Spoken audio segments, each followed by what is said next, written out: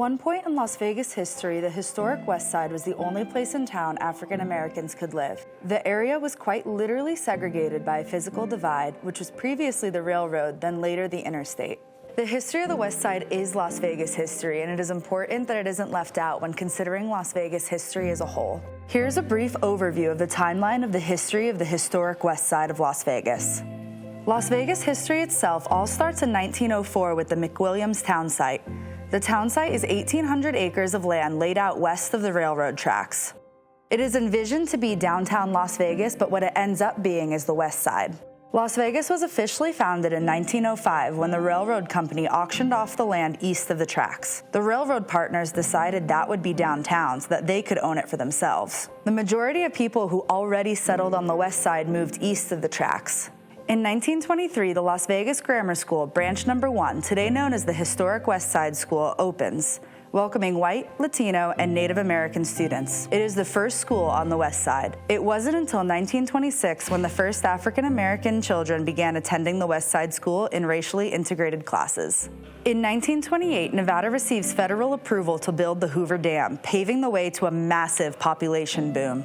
Due to the population growth, the following year, the city of Las Vegas asked African Americans to move out of downtown and into the West Side to make way for population growth and to bring more business downtown. African Americans are told the city will not renew their business licenses if they do not move, so they move west across the tracks, creating a literal racial divide.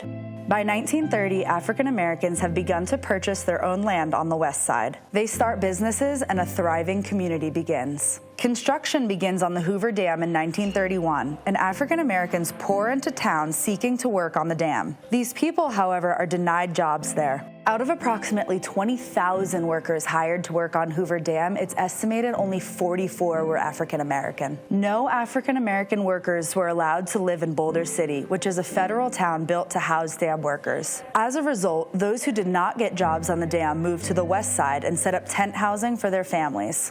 This begins the larger West Side community. West Side population continues to explode during World War II as many African Americans are hired from the South to fill jobs at Basic Magnesium Incorporated, a plant in Henderson that produced magnesium needed to build aircrafts to help the war effort. Come 1942, boarding houses start to pop up on the West Side. Black performers on the Strip, such as Sammy Davis Jr., Nat King Cole, and Pearl Bailey, were not allowed to lodge in the same resorts they played shows at, so they would stay on the West Side in a boarding house. Historically designated in 2014, the Harrison House stays standing on F Street today. After the war, business continues to boom on the West Side as the community creates its own business core on Jackson Avenue, including casinos, restaurants, and other services. While business booms, housing cannot keep up, so the number of tent encampments increases. With the hopes that the community would leave as quickly as it came after the war, the city did little to address the housing shortage and are slow to install basic infrastructure that the rest of the city already has, such as sewage lines, electricity, and paved streets. The Moulin Rouge opens on May 24, 1955. It is the first racially integrated hotel casino in Las Vegas. It quickly becomes a national sensation and even rivals the properties on the Strip. The Moulin Rouge finally gives African Americans the opportunity to work in visible, well-paying jobs such as dealers, cocktail servers, bartenders, security guards, and managers.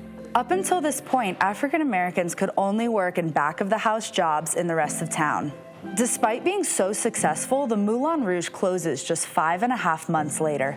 It later reopens as a hotel, but it is never the same again. In 1960, an agreement was signed at the Moulin Rouge to integrate Las Vegas. African Americans were finally allowed access to dining, gaming, and shows, but they could still not obtain front-of-house jobs on the Strip. That finally came in 1971. In 1972, Clark County schools are forced to integrate. The school district's desegregation plan, including busing white children to African American schools for 6th grade, and then busing African American students to white schools for every other grade. This plan ended in 1992 when the district faced boycotts from African American families in West Las Vegas, who favored their children going to local schools. This new plan had hopes to improve education for all. In 2000, the 2020 Master Plan places West Las Vegas in a neighborhood revitalization area. This paves the way for government funds to be invested in the area, which is actively happening today. In 2003, the first of several fires guts the Moulin Rouge Casino.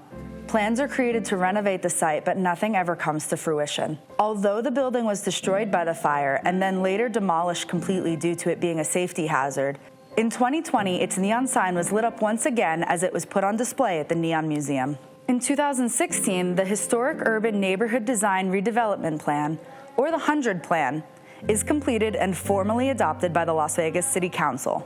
The plan is a partnership between members of the Historic Westside community and the UNLV Downtown Design Center. The 100 Plan represents what the Historic Westside community sees as appropriate reinvestment. Later in the year, the Historic Westside School reopens after a 7-year restoration project. The multi-phase 100 Plan was released in 2020 and has since begun. Included in the plan is the revitalization of Jackson Avenue, repairing roads so that they are safe for pedestrians, cyclists, and motorists, creating an entertainment district in honor of the history of the Moulin Rouge, adding housing, parks, plazas, and more. After many, many years of segregation and neglect to the Historic Westside, these changes are much needed and they are actively happening. For a deeper dive into the history of the Moulin Rouge, check out our video, The Lasting Impact of the Moulin Rouge Hotel and Casino.